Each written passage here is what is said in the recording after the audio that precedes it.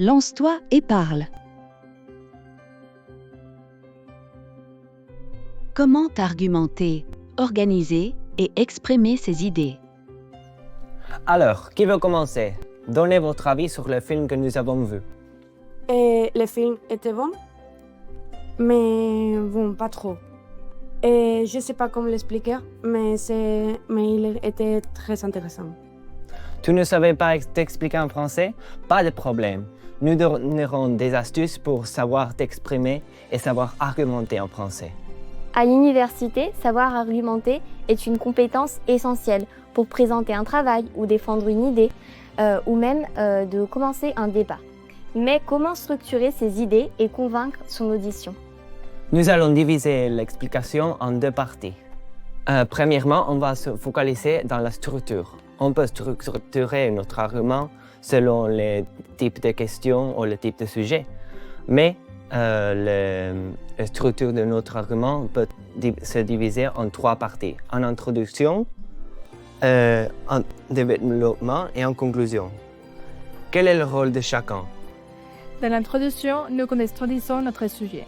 Par exemple, si on parlait d'un film, on peut annoncer les titres, les réalisateurs et faire un petit résumé. Dans le développement, il y a plusieurs options et on peut comparer les avantages et les inconvénients et donner des raisons pour et contre. Tout à fait.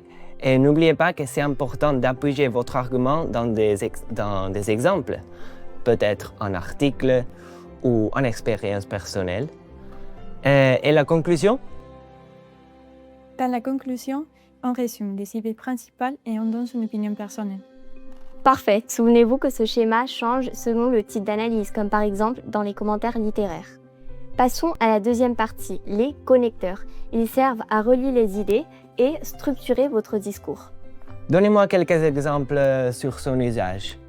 Nous commencerons par les connecteurs d'énumération, qui servent à énumérer des idées, des arguments, etc. Premièrement, deuxièmement, d'abord, puis, ensuite, enfin, en premier lieu, en second lieu, d'une part et d'une autre part. Très bien. Et pour introduire une conclusion ou résumé? En conclusion, finalement, en fin de compte, en définitive. Excellent. Et pour exprimer la cause? Car, puisque, en raison de étant donné que, dans la mesure où. Parfait. Et pour justifier une idée? C'est-à-dire, en effet, c'est ainsi que. Très bien. Et si on a besoin de connecteurs pour opposer des idées? Cependant, or, néanmoins, en dépit de, en revanche, pas contre. Très bon travail. N'oubliez pas que c'est en forgeant qu'on devient forgeron. Et pour finir, une autre petite astuce. Enrichissez votre vocabulaire pour rendre vos exposés plus attractifs et plus pertinents. Apprendre à argumenter, c'est apprendre à penser et à convaincre.